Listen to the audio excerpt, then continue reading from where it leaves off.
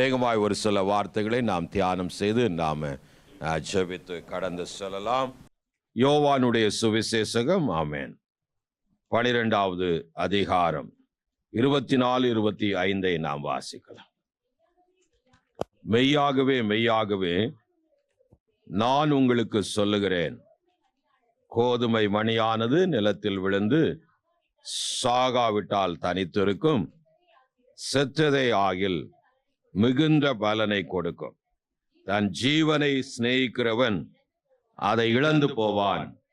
இந்த உலகத்தில் தன் ஜீவனை வெறுக்கிறவனோ அதை நித்திய ஜீவ காலமெல்லாம் காத்து கொள்ளுகிறான். ஒருவன் எனக்கு ஊழியம் செய்கிறவனானால் என்னை பின்பற்ற கடவன். நான் எங்கே இருக்கிறேனோ அங்கே என் ஊழியக்காரனும் இருப்பார். ஒருவன் எனக்கு ஊழியம் செய்தால் அவனை பிதாவானவர் கனம் பண்ணுவார். கண்களை மூடி நாம் ஜெபிக்கலாம். பரலோகத்தின் நல்ல பிதாவே, இந்த மாலைவெளியிலும் எங்களை தாழ்த்தி உடைய திருக்கரங்களில் ஒப்புக் கொடுக்கிறார்.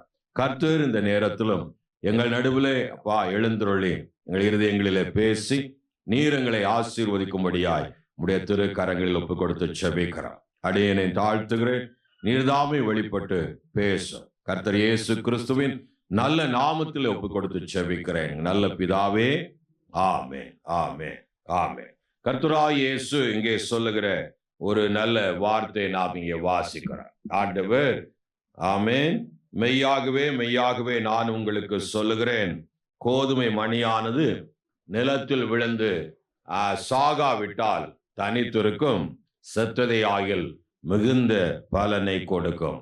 ஆமென். நமக்கு கோதுமை மணி தெரியும். அது நிலத்தில் விழும்போது அதனுடைய சூரிய வெளிச்சத்திலும் நிலத்தினுடைய ஈரப்பதங்களிலும் அது தன்னுடைய மேனியை இழந்து அது ஒரு புதிய மேனி உள்ளதா என்ன செய்கிறது, எழும்பி அது மிகுந்த பலன் உள்ளதாக அது என்ன செய்கிறது, மாறுகிறார். அல்லேலூயா. அதைத்தான் ஆண்டவர் இங்கே சொல்லுகிறார். ஆண்டவர் சொல்லக்கூடிய அதனுடைய முக்கியமான ஒரு காரியம் 25 சொல்லுகிறார், தன் ஜீவனை சிநேகிக்கிறவன் அதை என்ன செய்வான், இழந்து போவான். அதாவது அந்த கோதுமை மணியினுடைய அர்த்தம் அதுதான். ஒரு மனிதன் தனக்காக மட்டும் வாழ்ந்து வந்தால், சுய நலம் உள்ளவனாக மட்டும் கிறிஸ்தவ வாழ்க்கையில வாழ்ந்து வருவானால் அவன் அதை என்ன செய்வான், இழந்து போவான். ஆனால் இந்த உலகத்தில் தன் ஜீவனை வெறுக்கிறவனோ, இந்த உலகத்திலே தன் ஜீவனை வெறுத்து கர்த்தருடைய சித்தத்திற்குள் தன்னை ஒப்பு கொடுத்து ஆமென் தேவனுக்கென்று பயனுள்ள ஒரு பிள்ளைகளாய் வாழ்வார்களானால் அவன் நித்திய ஜீவ காலமெல்லாம் அதை அவன் என்ன செய்கிறான், ஜீவனை காத்து கொள்ளுகிறான் என்று ஆண்டவர் சொல்லுகிறார்.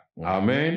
அதனாலதான் இன்னைக்கு உள்ள உலகம் ஒரு ஆமென் சுயநலம் உள்ள ஒரு உலகமாக இருக்கிற, நம்முடைய போக்கஸ், நம்முடைய எண்ணங்கள், நம்முடைய சிந்தைகள் எல்லாம் நம்மை பற்றியே இருக்கிறதை, நம்முடைய குடும்பம், நாம் என்கிற ஒரு சின்ன வட்டத்துக்குள்ளேயே இருக்கிறார்.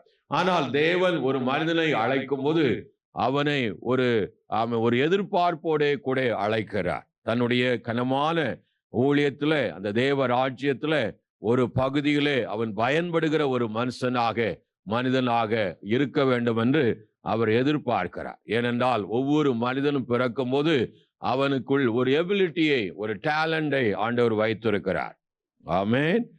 அதோடு கூட அவனை வெறுமையாய் அனுப்பாமல் அவனுக்கு சில கிருபை வரங்களையும் கொடுத்து தன்னுடைய பலத்தையும் கொடுத்து அவனை அந்த காரியங்களை செய்ய ஏவுகிறார். ஆமென். அல்லேலூயா. அப்போ இண்டிவிஜுவலி ஒவ்வொரு நபரும் தேவனுக்குள்ளே விசேஷித்தமானவர்கள். நாம் யாவரும் தேவனுக்குள்ளே விசேஷித்தமானவர்கள். ஆமென்.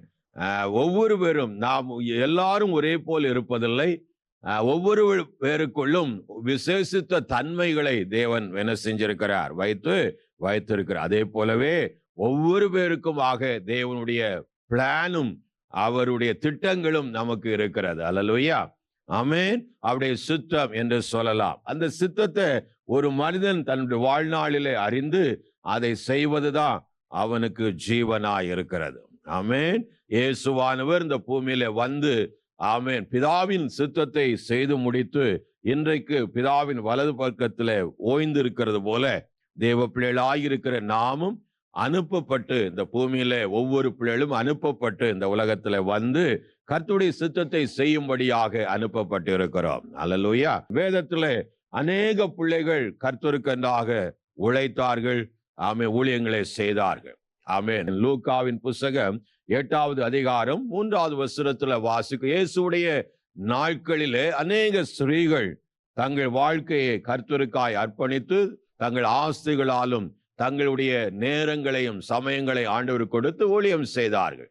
வாசிப்போம் 3வது வசனத்திலே, ஏரோதின் காரியக்காரன் ஆகிய கூசாவின் மனைவி ஆகிய யோவானாலும் சூசானாலும் தங்கள் ஆஸ்திகளால் அவருக்கு ஊழியம் செய்து கொண்டு வந்த மற்ற அநேக ஸ்திரீகளும் அவரோடு கூட இருந்தார்கள். அல்லேலூயா. அநேக ஸ்திரீகள், ஆமென், கர்த்தர் சீசர்கள் நிறைய இருந்தார்கள். அதே போல ஸ்திரீகளும் இயேசுவுக்கு ஊழியம் செய்தார்கள். இயேசுவோடு இணைந்து ஊழியத்தில் பங்கு கொண்டார்கள். அல்லேலூயா. அப்ப நாமும் என்ன செய்ய முடியும்?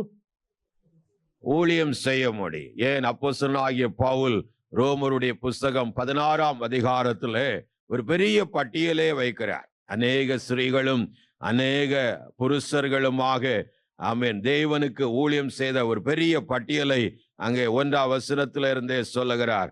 ஆமென். கெங்கிரேயா ஊர் சபைக்கு ஊழியக்காரியாகிய நம்முடைய சகோதரி பெப்பையாளை நீங்கள் கர்த்தருக்குள் பரிசுத்தவான்களுக்கு ஏற்றபடி ஏற்றுக்கொண்டு, ஆமென், ஊழியக்காரியாகிய சபைக்கு ஊழியக்காரியாகிய நம்முடைய சகோதரி பெப்பையாளை என்ன செய்யுங்க? ஏற்றுக்கொள்ளுங்க என்று சொல்லுகிறார்.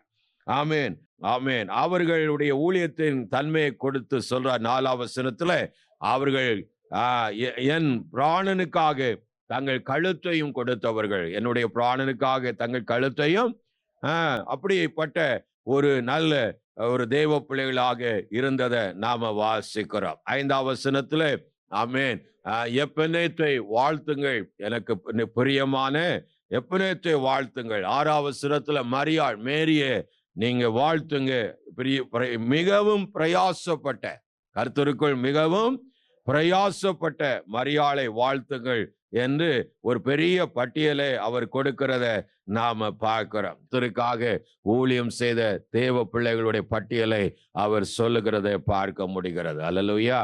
ஆமென், ஆமென். ஒரு கான்பிடன்ஸ், ஒரு அசூரன்ஸ். ஆமென். கர்த்தருக்காய் தேவ ராஜ்யத்துல யார் யார் எதை செய்கிறார்களோ அவங்க பேர்கள் அசூரன்ஸா, கான்பிடண்டா ஆண்டவர் ஜீவ புஸ்தகத்துல எழுதி வைக்கிறார். அல்லேலூயா. அதைத்தான் மல்கியா 3 கடைசி வசனத்துல நாம் வாசிக்கிறோம். கர்த்தருக்கு ஊழியம் செய்கிறவர்களும் ஊழியம் செய்யாதவனுக்கு உள்ள வித்தியாசத்தை நான் காண்பிப்பேன் என்று சொன்னார். அல்லேலூயா. கடைசி வசனத்துல, அப்பொழுது நீங்கள் நீதிமானுக்கும் துன்மார்க்கனுக்கும் தேவனுக்கும் ஊழியம் செய்கிறவனுக்கும் அவருக்கு ஊழியம் செய்யாதவனுக்கும் இருக்கிற வித்தியாசத்தை திரும்பவும் காண்பீர்கள். அங்கே ஞாபக புஸ்தகம் என்ற புஸ்தகத்தை குறித்து அந்த அதிகாரத்தில் பேசுகிறார். அல்லேலூயா. அவன் தேவ பிள்ளைகள் கர்த்தருடைய ராஜ்யத்துக்காக செய்கிற ஒவ்வொரு காரியத்தையும் ஆண்டவர் கவனிக்கிறார். ஆமென். ஆண்டவர் கவனிக்கிறார். அவர் ஒரு ஊழியக்காரன் நிமித்தம் ஒரு டம்ளர் தண்ணீர் கொடுக்கிற அந்த மனுஷனும் பிரதிபலன் அடையாமல் போமாட்டான் என்று ஆண்டவர் சொல்லுகிறார். அப்போ எவ்வளவு கண்ணும் கருத்துமாய் தன்னுடைய ராஜ்யத்துக்கு அடுத்த காரியத்துல யார் ஒரு மனிதன் மனதை செலுத்துகிறானோ அவனை குறித்து, அவனுடைய பெயரை குறித்து, அவனை கனம் பண்ணுவதை குறித்து அவர் அவ்வளவு உள்ளவராக அவர் ஆமென் இருப்பதை நாம் பார்க்கிறோம். அல்லேலூயா. ஆவிதான் ஆண்டவர் சொல்றார், எனக்கு ஊழியம் செய்கிறவனானால், ஒருவன் எனக்கு ஊழியம் செய்கிறவனானால் என்னை பின்பற்ற கடவன், என்னை பின்பற்ற கடவன். நான் எங்கே இருக்கிறேனோ அங்கேயும் அவன் இருப்பான். அல்லேலூயா. அவன் தேவனுக்கென்று ஊழியம் செய்கிற ஒரு தேவ பிள்ளை இயேசுவோடு கூட இந்த பூமியிலும் அதே போல பரலோகத்திலும் அவரோடு கூட இருப்பார்கள். அல்லேலூயா. ஆமென். பேது ஒரு முறை இயேசுவிடத்துல வந்து கேட்டான், ஆண்டவரே, நாங்க எல்லாம் விட்டு வந்தோமே, எங்களுக்கு என்ன கிடைக்கும் என்று அவன் கேட்கும் போது, மத்தேயு 19ஆம் அதிகாரம் 28 சொல்லும் போது ஆண்டவர் சொல்லுவார், நீங்க மறுஜென்ம காலத்தில் மனுஷகுமாரன் தம்முடைய மகிமை உள்ள சிங்காசனத்தின் மேல் வீற்றிருக்கும் போது என்னை பின்பற்றின நீங்களும் இஸ்ரவேலின் 12 கோத்திரங்களையும் நியாயம் தீர்க்கிறவளாய் 12 சிங்காசனத்தின் மேல் வீற்றிருப்பீர்கள் என்று மெய்யாகவே நான் உங்களுக்கு சொல்லுகிறேன் என்று சொன்னார். அல்லேலூயா. அப்போ ஒரு தேவ பிள்ளை கர்த்தருக்காய் நிற்கும் போது அவனை அவர் சும்மா விடுகிறதில்லை. ஆண்டவர் சொன்னார், அவன் என்னோடு கூட வீற்றிருப்பான். ஆமென். என்னோடு கூட வீற்றிருப்பான். பாருங்க, அந்த பிள்ளைகளுக்கு உள்ள கனத்தை வெளிப்படுத்துற விசேஷம். ஆமென். 21வது அதிகாரத்துல 14வது வசனத்துல வாசிக்கிறோம், நகரத்தின் மதிலுக்கு 12 அஸ்திவார கற்கள் இருந்தன. அவைகளின் மேல் ஆட்டுக்குட்டியானுடைய 12 அப்போஸ்தலர்களுடைய 12 நாமங்கள் பதிக்கப்பட்டிருந்தன. அப்ப தேவ பிள்ளைகள் புதிய எருசலேமிலே, கர்த்தர் புதிய எருசலேம் பரலோகத்திலிருந்து இறங்கி வருகிற அந்த பரலோக எருசலேம், பிதாவாகிய தேவன் குமாரனாகிய கர்த்தர் வாசமாயிருக்கிற அந்த பட்டணத்திலே அதுடைய தேவ பிள்ளைகளாய் இருக்கிற நம்மை ஆமென் தூணாக்குகிறார். புதிய நாமத்தை கொடுக்கிறார். அல்லேலூயா. ஆமென். எவ்வளவோ கனத்தை ஆண்டவர் தேவ பிள்ளைகளுக்கு கொடுக்கிறார். யாருக்கு கொடுக்கிறார்? அவருடைய தேவ ராஜ்யத்துல அவருக்காக வாழுகிற தேவ பிள்ளைகளுக்கு கொடுக்கிறார். ஆமென். சுய நலமாய் வாழுகிறவன் அவனுக்கு ஒண்ணு ஆமென் உயிரோடு செத்தவன் என்று வேதம் சொல்லுகிறது. ஆமென். தன் ஜீவனை என்ன செஞ்சிருவான்? இழந்து போவான். ஆமென். ஆனா தேவனுக்காக எதையாயினும் செய்ய வேண்டும் என்ற ஒரு உயிர் துடிப்பு யார் ஒரு மனிதனுக்கு இருக்கிறதோ அவனுடைய வாழ்க்கையில ஆண்டவர் அசாதாரணமாய் அவனை கனம் பண்ண விரும்புகிறார். அல்லேலூயா. அவித ஆண்டவர் சொன்னார், எனக்கு ஊழியம் செய்கிறவனை பிதாவாகி தேவன் என்ன செய்வார்? கனம் பண்ணுவார். ஆமென். அப்போ தேவனாகிய கர்த்தருக்கு ஆமென் நாம என்ன செய்யணும்? ஊழியங்களை நாம என்ன செய்யணும்? செய்ய வேண்டும். ஆமென். அல்லேலூயா. பவுலை தேவன் அழைக்கும் போது ஆமென் அவன் சபையை ஊத்திரப்படுத்த போய்கொண்டிருக்கிற வேளையிலே தமஸ்கு பட்டணத்தில் ஆமென் போகிற வழியிலே தேவன் அவனை சந்தித்தார். நீ துன்பப்படுத்துகிறே இயேசு நானே என்று அவர் சொல்லும் போது அவன் கேட்கிற ஒரு கேள்வி, அப்படியானால் நான் என்ன செய்ய சுத்தமா இருக்கிறீர் என்று அவன் தேவ சமூகத்தில் கேட்கும் போது ஆண்டவர் சொல்றார், இப்பொழுதும் நீ காலூன்றி எழுந்து நில். ஆமென். நீ கண்டவைகளையும் நான் உனக்கு தரிசனமாகி காண்பிக்க போகிறவர்களையும் குறித்து உன்னை குறித்து ஊழியக்காரனாகவும் சாட்சியாகவும் ஏற்படுத்துவதற்காக உனக்கு தரிசனமானேன். அல்லேலூயா. ஆமென். உன்னை ஊழியக்காரனாய் ஆமென் உருவாக்குவதற்காக உனக்கு தரிசனமானேன். அல்லேலூயா. ஆமென். ஒரு பெரிய கமிஷனை அவனுக்கு கொடுத்து, ஒரு பெரிய திட்டத்தை அவனுக்கு கொடுத்து, காரணம் அவன் கேட்கிற, ஆண்டவரே நீர் என்ன செய்ய சித்தமாய் இருக்கிறீர்? ஆமென். நான் என்ன செய்ய வேண்டும் என்ற ஒரு கேள்வியோடு தேவனை அப்ரோச் பண்ணுகிறான். அல்லேலூயா. ஆனா நாம ரட்சிக்கப்பட்டாலோ தேவனை தரிசித்தாலோ நமக்கு அந்த கேள்வி எல்லாம் கிடையாது. ஆமென். என்ன கேள்விதான் வரும்? எப்படி என்னை ஆசீர்வதிப்பீர்? ஆமென். அல்லேலூயா. உலக ஆசீர்வாதம் தான் நம்முடைய கண்ணு முன்ன நிறைய பேருக்கு இருக்கிறது. அல்லேலூயா. ஆனா பாருங்க, அவன் தேவனை சந்தித்த உடனே நான் என்ன செய்ய நீர் சித்தமாய் இருக்கிறீர் என்று சொல்லும் போது, நான் அந்த பரம தரிசனத்துக்கு கீழ்ப்படியாதவனா இருக்கவில்லை. அந்த பரம தரிசனத்துக்கு நான் என்ன செய்தேன்? அப்படியே என்னை ஒப்பு கொடுத்தேன்டா. அல்லேலூயா. ஆமென். அப்படியே வித்தவுட் டிலே, சாக்கு போக்கு சொல்லல. மோசே ஆண்டவர் அழைக்கும் போது அவன் பல சாக்கு போக்கை சொன்னான். ஓ, யாரையாவது அனுப்புங்க. ஆண்டவர் சொன்னார், வா உன்னை பார்வோனிடத்துல அனுப்புகிறேன். வா, உன்னை நான் எங்க அனுப்ப போறேன்? என் ஜனங்களுடைய கூக்குரலை நான் கேட்டேன். அவர்கள் ஒடுக்கப்படுகிற ஒடுக்குதலை கேட்டேன். அவர்களை எகிப்திலிருந்து வெளிக்கொண்டு வர, விடுதலையாக்க அவர்கள் அழைத்து கொண்டு வரும்படி உன்னை நான் அனுப்ப போகிறேன். வா அப்படின்னு ஆண்டவர் அவனை அழைக்கிறார். அல்லேலூயா. இஸ்ரவேல் புத்திரரை எகிப்திலிருந்து அழைத்து வரவும் நான் எம்மாத்திரம் என்று சொல்லுகிறார். நான் அந்த ஆளு கிடையவே கிடையாது அப்படிங்கிறார். ஆனா ஆண்டவர் சொல்றார், நான் உன்னோடு கூட இருப்பேன். ஆண்டவர் சார், நான் உன்னோடு கூட இருப்பேன் அப்படிங்கிறார். அப்போ அவன் அப்படி நிறுத்தி கொள்ளல. ஆமென். அவன் சொல்றா, நான் போன அந்த ஜனங்க யார் உன்னை அனுப்புனதுன்னு கேட்பாங்க. ஆண்டவர் அதுக்கு பதில் கொடுத்தார். ஆமென். இருக்கிறவராகவே இருக்கிறேன், போய் சொல்லு அப்படின்ட்டார். அல்லேலூயா. ஆமென். யாவே ஆமென், I am that I am என்று சொல்லி ஆண்டவருடைய அதாரிட்டியை அங்க அவனுக்கு கொடுக்கிறார். ஆமென், அல்லேலூயா. ஒரு பெரிய அதாரிட்டியை அவன் கையில கொடுக்கிறார். ஆமென். ஆண்டவர் இயேசு நமக்கும் சொன்னார், வானத்திலும் பூமியிலும் சகல அதிகாரம் எனக்கு கொடுக்கப்பட்டிருக்கிறது, ஆகையால் புறப்பட்டு போய் எல்லா ஜாதிகளுக்கும் சுவிசேஷத்தை என்ன செய்யுங்க, பிரசங்கம் பண்ணுங்க அப்படின்னு எல்லாருக்கும் கொடுத்த கமிஷன். ஏதோ ஒரு போதகருக்கோ அல்லது ஒரு தனிப்பட்ட நபருக்கு கொடுத்த கமிஷன் அல்ல. அல்லேலூயா. ஒவ்வொரு விசுவாசிக்கும் கொடுக்கப்பட்ட கமிஷன். ஆமென். கட்டளை, அது ஒரு கட்டளை. ஆமென். அதை செய்துதான் ஆகணும். ஆமென், அல்லேலூயா. யாரோ செய்வாங்கன்னு நம்ம எண்ணிக்கொள்ளக்கூடாது. ஆண்டவர் எபேசியர் 4ஆம் அதிகாரம் 12-13 ஒரு ஸ்பெசிபிக் காலிங்க்கு ஒரு 5 வகை ஊழியத்தை ஆண்டவர் வைத்தார். ஸ்பெசிபிக் காலிங் என்று சொல்வார்கள். பரிசுத்தவான்கள் சீர்பொருந்து பொருட்டு சுவிசேஷத்தின் வேலைக்காகவும் கிறிஸ்து இயேசுவின் சரீரமாகிய சபையானது பக்தி விருத்தி அடைவதற்காகவும் அவர் சிலரை அப்போஸ்தலராக, சிலரை தீர்க்கதரிசிகளாக, சிலரை சுவிசேஷர்களாக, சிலரை மெய்ப்பொருளாக, போதகர்களாக ஏற்படுத்தினார்.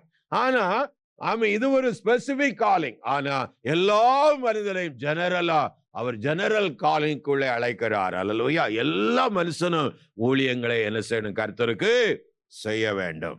அல்லேலூயா. ஆமென். எனக்கு ஆமென் தெரியாது, என்ன நீங்க சொல்லல அப்படின்னு சொல்லுவது அது ஒரு முட்டாள்தனமானது. ஆமென், அல்லேலூயா. திரும்ப திரும்ப ஆண்டவர் சொல்லி அவர் எச்சரிக்கிற ஒரு காரியம் தான். அல்லேலூயா.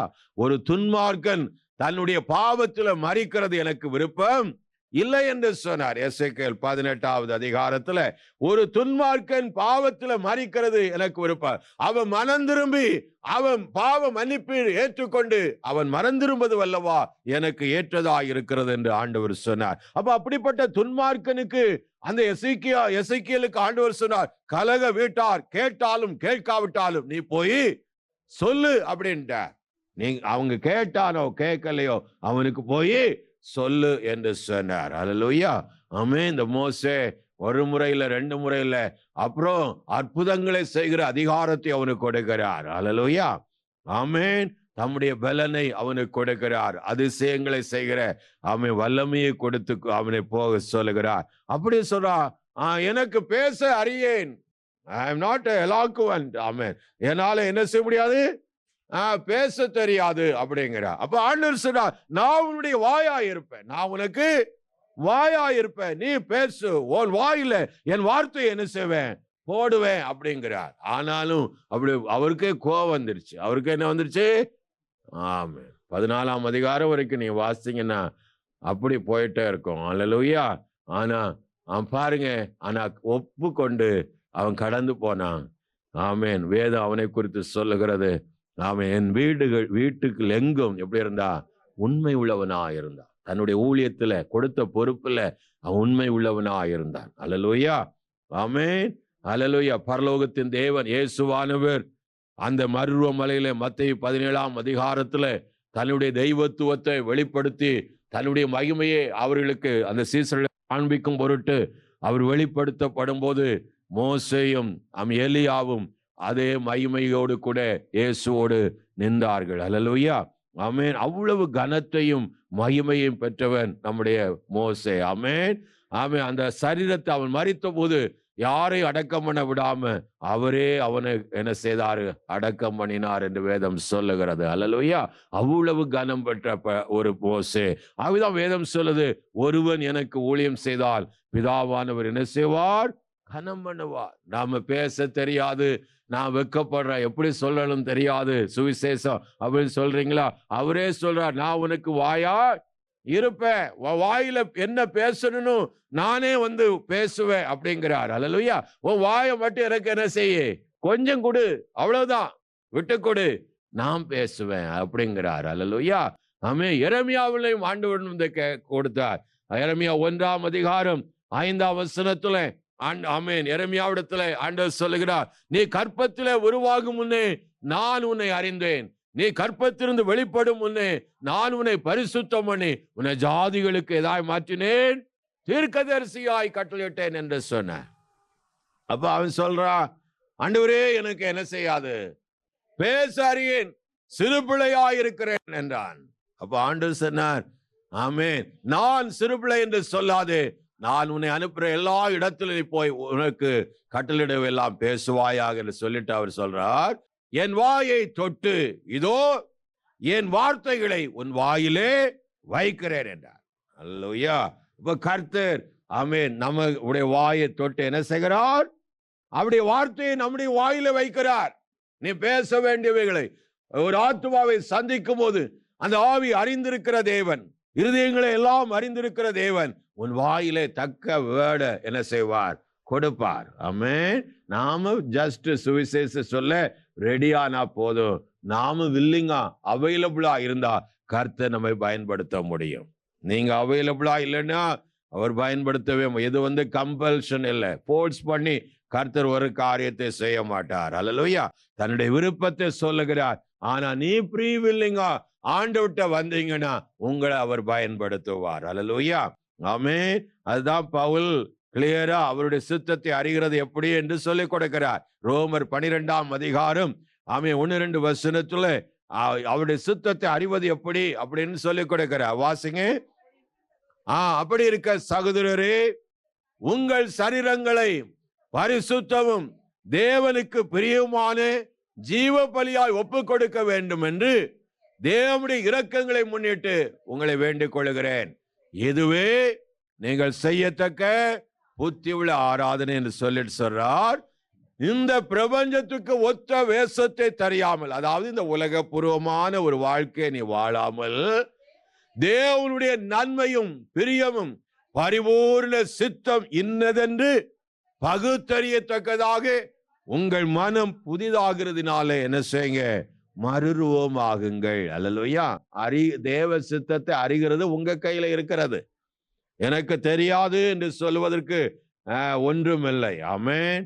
ஆண்டவர் ஒரு நாளிலே நம்மை கணக்கு கேட்பார். ஆமென். அல்லேலூயா. கொடுக்கப்பட்ட காலங்கள், தாளந்துகள், அபிஷேகங்கள், கிருபை வரங்கள் எல்லாவற்றையும் குறித்து என்ன செய்யணும்? ஒரு நாளிலே யூ ஆர் அக்கௌண்டபிள், கணக்கு கொடுக்கணும். ஆண்டவர் நம்மளை வந்து போகிற ஒரு சாதாரண விசுவாசியா வந்துட்டு போமா அப்படின்னு சொல்றது அல்ல ஆண்டவருக்கு விருப்பம். ஆமென். அப்படிதானே? ஆனா முதல்ல நாம அதுக்காக ஜெபிக்கலாம். அதுக்காக என்ன செய்யலாம்? ஜெபிக்கலாம். ஆண்டவரே, எனக்கு உம்முடைய வழியை போதையும், ஆமென், நான் செய்ய வேண்டியதை எனக்கு சொல்லித்தாரும் என்று நம்ம ஜெபிக்கலாம். அல்லேலூயா. ஒரு நபரை பார்க்கும்போது நம்முடைய ஜெபத்துல ஸ்டார்ட், ஆவியானவரே இந்த நபரிடத்துல ஒரு சின்ன ஒரு கான்வர்சேஷன் பண்ணுவதற்கு, உரையாடல் பண்ணுவதற்கு ஒரு சின்ன உதவியை செய்யும் அப்படின்னு ஜெபிக்கலாம். அப்படி ஒரு சந்தர்ப்பம் அவனாகவே வந்து நம்மிடத்துல பேசும்போது நம்ம சுவிசேஷத்தை அறிவிக்க ஒரு சந்தர்ப்பத்தை தேவாவியானவர் நமக்கு கொடுப்பார். நாம அவைலபிளா இருந்தா கர்த்தர் நம்மை ஆசீர்வதிப்பார். அல்லேலூயா. அப்போ ஆண்டவரே நம்முடைய வாயிலே தம்முடைய வார்த்தையை என்ன செய்கிறார்? வைக்கிறார். அப்போ தேவன் ஒரு மனிதனை தொடுகிறார் என்றா முதல்ல டச் பண்ணக்கூடிய ஒரு அவயம் என்ன? நம்முடைய நாவு. அல்லேலூயா. மோஸ்ட் பவர்ஃபுல் ஆர்கன் அதுதான். அல்லேலூயா. நம்முடைய சரீரத்திலே உள்ள என்னது? இந்த நாவு. ஒரு மனிதன் பரிசுத்தாவின் அபிஷேகத்தை அவன் பெறும்போது, ஆமென், முதலாவது அவன் நாவை பிடிக்கிறார் அவர் ஆண்டவர். அல்லேலூயா. அதனால்தான் சொல்றார், பரியாச உதடோடு கூட உங்களோடு பேசுவேன். ஆமென். நீங்க அபிஷேகம் பண்ணப்பட்டவங்க உணர்ந்திருப்பீங்க. ஆமென். அவன் நாவிலே அவன் நம்மை நாவை எடுத்து பிரித்து பேசி கொண்டு இருக்கும் பொழுது அட் அ டைம்ல நம்முடைய சரீரத்துல பெரிய ஒரு வல்லமை நம்ம உணர முடியும். அல்லேலூயா. அதே நேரத்துல மூன்றாவது ஒரு காரியம் நடக்கும். நம்முடைய உள்ளத்துல இதுவரைக்கும் இல்லாத ஒரு தெய்வீக மகிழ்ச்சி, சந்தோஷம் இந்த உள்ளத்துல என்ன வரும்? பொங்கி வர ஆரம்பிக்கும். அல்லேலூயா. ஆமென். இதுதாங்க உண்மையான அபிஷேகம். ஆமென். அல்லேலூயா. அவர் வரும்போது அப்படிப்பட்ட ஆமென் நல்ல ஒரு இதுவரைக்கும் ரட்சிக்கப்படும் போது உண்டான மகிழ்ச்சியை போல அதை காட்டில் மேன்மையான அந்த பரலோக தேவனே நம்மோடு கூட வந்து நம்ம வாசமா இருக்கும்போது அது எவ்வளவு பெரிய பாக்கியம். ஒரு சொல்லி முடியாத சந்தோஷம் உள்ளத்துல இருந்து பிறக்கிற அந்த அபிஷேகத்தினால் உண்டாகிற ஒரு காரியம். அல்லேலூயா. தேவனுடைய பிள்ளைகள் நம்ம விட்டு கொடுக்கும் போது, நம்ம ஈல்ட் பண்ண ஒப்பு கொடுக்கும் போது, ஆண்டவரே எனக்குள்ள வாங்க அப்படின்னு நம்ம சொல்லும் போது, அழைக்கும் போது, ஆண்டவர் நம்முடைய சரீரத்துல நமக்குள்ளே வருகிறார். அல்லேலூயா. நாம ஜெபிக்கணும். ஆண்டவர் கேட்க சொல்லுகிறார். நாம என்ன செய்கிறார்? கேட்க சொல்லுகிறார். வாசிங்க லூக்கா 11வது அதிகாரம். ஆமென். 11, 12, 13 வாசிக்கும் போது நம்மளை ஆண்டவர் கேட்க சொல்லுகிறார். அந்த ஆசீர்வாதத்தை வாசிப்போம். உங்கள் தகப்பனாயிருக்கிற ஒருவனிடத்திலே மகன் அப்பம் கேட்டால் அவனுக்கு கல்லை கொடுப்பானா? மீனை கேட்டால் மீனுக்கு பதிலாக பாம்பை கொடுப்பானா? அல்லது முட்டையை கேட்டால் அவனுக்கு தேளை கொடுப்பானா? பொல்லாதவர்களாகிய நீங்கள் உங்கள் பிள்ளைகளுக்கு நல்ல ஈவை கொடுக்க அறிந்திருக்கும் போது பரமபிதாவானவர் தம்மிடத்தில் வேண்டிக் கொள்கிறவர்களுக்கு பரிசுத்த ஆவியை கொடுப்பது எவ்வளவு நிச்சயம். கரங்களோட்டி நன்றி சொல்லுவோமா? பாருங்க, அவர் பேசிட்டு வர்றார். ஆமென். நல்ல ஈவுகளை கொடுக்க உங்க பிதாக்களை கொடுக்க அறிந்திருக்கும் போது பரம பிதாவாகிய தேவன் உங்களுக்கு எதை கொடுப்பாரா? ஏன் அப்படி சொல்றார்? நல்லது தானே கொடுத்திருக்கணும். லூக்கா கரெக்டா எழுதுறார். ஏன்னா அவர் மூலமா தான் உங்க வாழ்க்கையில ஆசீர்வாதம். அல்லேலூயா. அவர் மூலமா தான் உங்க வாழ்க்கையில ஆசீர்வாதம் வரும் ஒழிய வேற எந்த சோர்ஸ் மூலமாகவும் ஆசீர்வாதம் என்ன செய்யாது. ஆமென். அல்லேலூயா. அவர் ஆசீர்வதித்தா ஆமென், பரலோக ஆசீர்வாதமும் பூமிக்குரிய ஆசீர்வாதமும் உண்டாயிருக்கும். அல்லேலூயா. ஏசாயா 44ஆம் அதிகாரம் 3ஆம் வசனத்துல ஆண்டவர் சொல்லுகிறார். ஆமென். உன் சந்ததி மேலும் உன் சந்தானத்தின் மேலும் என் ஆவியையும் என் ஆசீர்வாதத்தையும் ஊற்றுவேன் என்று சொன்னார். அல்லேலூயா. ரெண்டும் தேவன் ஊற்றுகிறார். அவர் வரும்போது 2 ஆசீர்வாதங்களோடு வருகிறார். அல்லேலூயா. ஆமென். அப்ப ஒரு தேவ பிள்ளைய ஆண்டவர் அழைக்கும் போது அவனுக்கு 2 விதமான ஆசீர்வாதங்களை கொடுக்கிறார். எபேசியர் 1:3 உன்னதங்களிலே கிறிஸ்து இயேசுவுக்குள் நம்மை சகல ஆவிக்குரிய ஆசீர்வாதங்களினால என்ன செஞ்சிருக்கிறார்? ஆசீர்வதித்திருக்கிறான்னு சொல்லிட்டு ஒரு பெரிய பட்டியலை என்னென்ன ஆசீர்வாதத்தை தேவன் வைத்திருக்கிறார் என்பதை அப்படியே பட்டியலிட்டு சொல்லிக் கொண்டே வருகிறார். அவருடைய சுதந்திர விதத்தையும் அவரோடு கூட நாம் ஆளுகை செய்கிற ஆளுகையையும் புத்திர சுவிகாரத்தையும் எல்லா இயேசுவுக்குள்ளே உண்டாலும் எல்லா பரலோக ஆசீர்வாதத்தை சொல்லிக் கொண்டே வருகிறார். அல்லேலூயா. பரிசுத்த ஆவிய நிறைய பேர் இந்த பரிசுத்த ஆவிய ஒரு ஆவி ஏதோ ஒண்ணு நினைக்கிறாங்க. அப்படி இல்லை. அவர் கர்த்தர். அல்லேலூயா. அவர் யாரு? கர்த்தர். இயேசு எப்படியோ அப்படியே நம்முடைய பரிசுத்த ஆவியான் சர்வ வியாபி, எங்கும் தங்கி இருக்க முடியும். ஒரு அட் அ டைம்ல எல்லா இடத்திலும் இருக்கிறவர். ஆதி ஆமத்துல அவரை இன்ட்ரோடியூஸ் பண்ணும் போதே 2ஆம் வசனத்துல பூமியானது வெறுமையும் ஒழுங்கும் இல்லாமல் இருந்தது, பரிசுத்த ஆவியானவர் பூமியில் தண்ணீர் மேலே அசைவாடினார். முழு சர்வ வியாபி, முழுவதையும் ஆளுகிறவர் பரிசுத்த ஆவியார். அங்க பார்க்கும்போது 3ஆம் வசனத்துல கர்த்தருடைய வார்த்தை வருகிறது. வெளிச்சம் உண்டாவதாக அப்படின்னு கர்த்தருடைய வார்த்தை வருது. ஆவியானவரும் கர்த்தருடைய வார்த்தையும் 2ம் சேரும் போது அங்க அற்புதம் நடக்கிறது. அல்லேலூயா.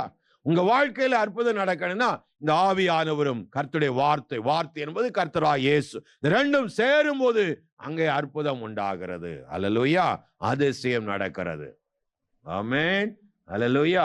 நாம விட்டு கொடுக்கும் போது கர்த்தர் பெரிய காரியங்களை நமக்கு செய்கிறார். அல்லேலூயா. ஆகவேதான் அவர் சொல்லும் போது பாருங்க, இந்த பரிசுத்த ஆவியை பெற்றுக்கொள்ள ஒரு 4-5 கண்டிஷன்ஸ் ஆண்டவர் சொல்லுகிறார். 1வது யோவான் 7ஆம் அதிகாரத்துல 37 சொல்லுகிறார்.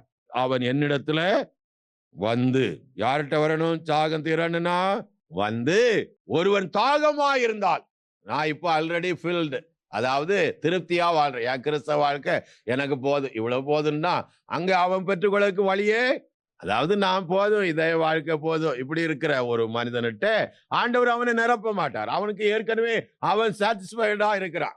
புரியுதுங்களா? உலக காரியங்களிலும் எல்லாவற்றிலும் அவன் திருப்தியா இருக்கிறான்னு வைங்க.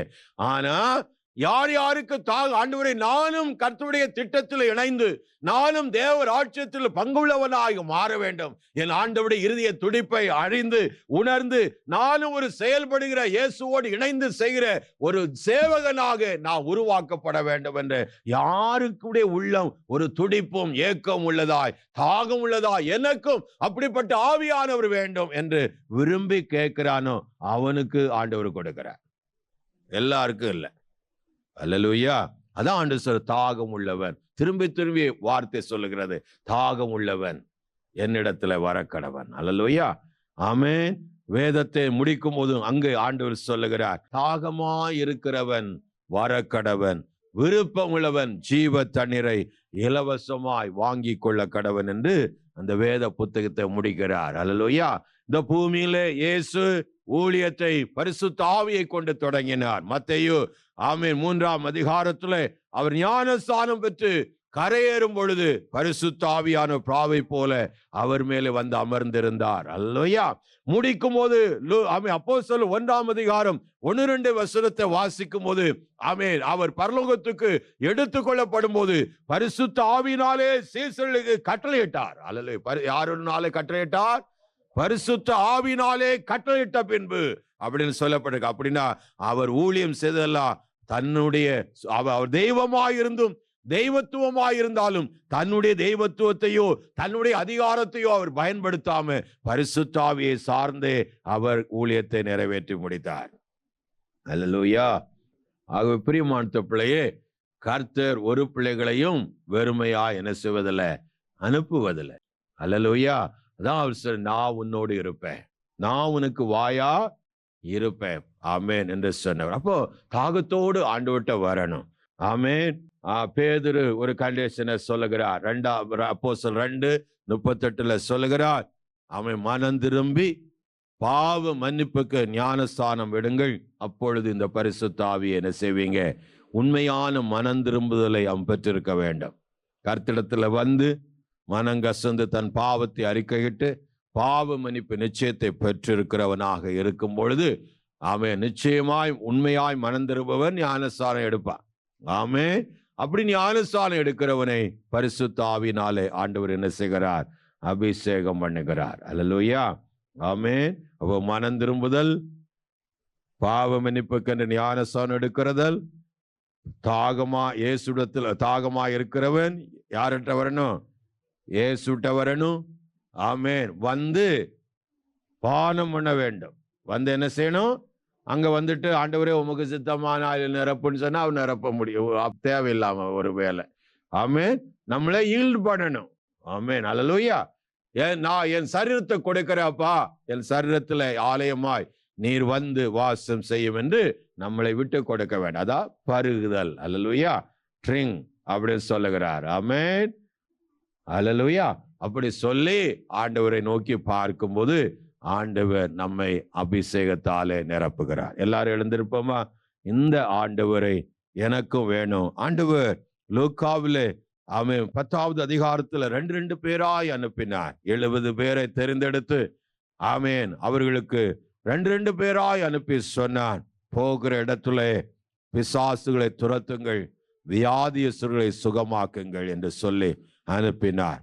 அது மாத்திரமல்ல, சர்ப்பங்களை எடுக்கவும் தேள்களை மிதிக்கவும் ஆமென் சகல சத்துருக்களுக்கு மேலே நான் உங்களுக்கு அதிகாரம் கொடுக்கிறேன் என்று சொன்ன நல்ல ஆண்டவர். ஒரு விசை கூட அந்த ஆண்டவரிடத்துல எல்லாரும் எழுந்திருந்து ஒரு விசை, ஆண்டவரே நானும் என் சரீரத்தை என் ஆவியை ஆண்டவரே உம்முடைய சமூகத்தில் ஒப்பு கொடுக்கிறேன்.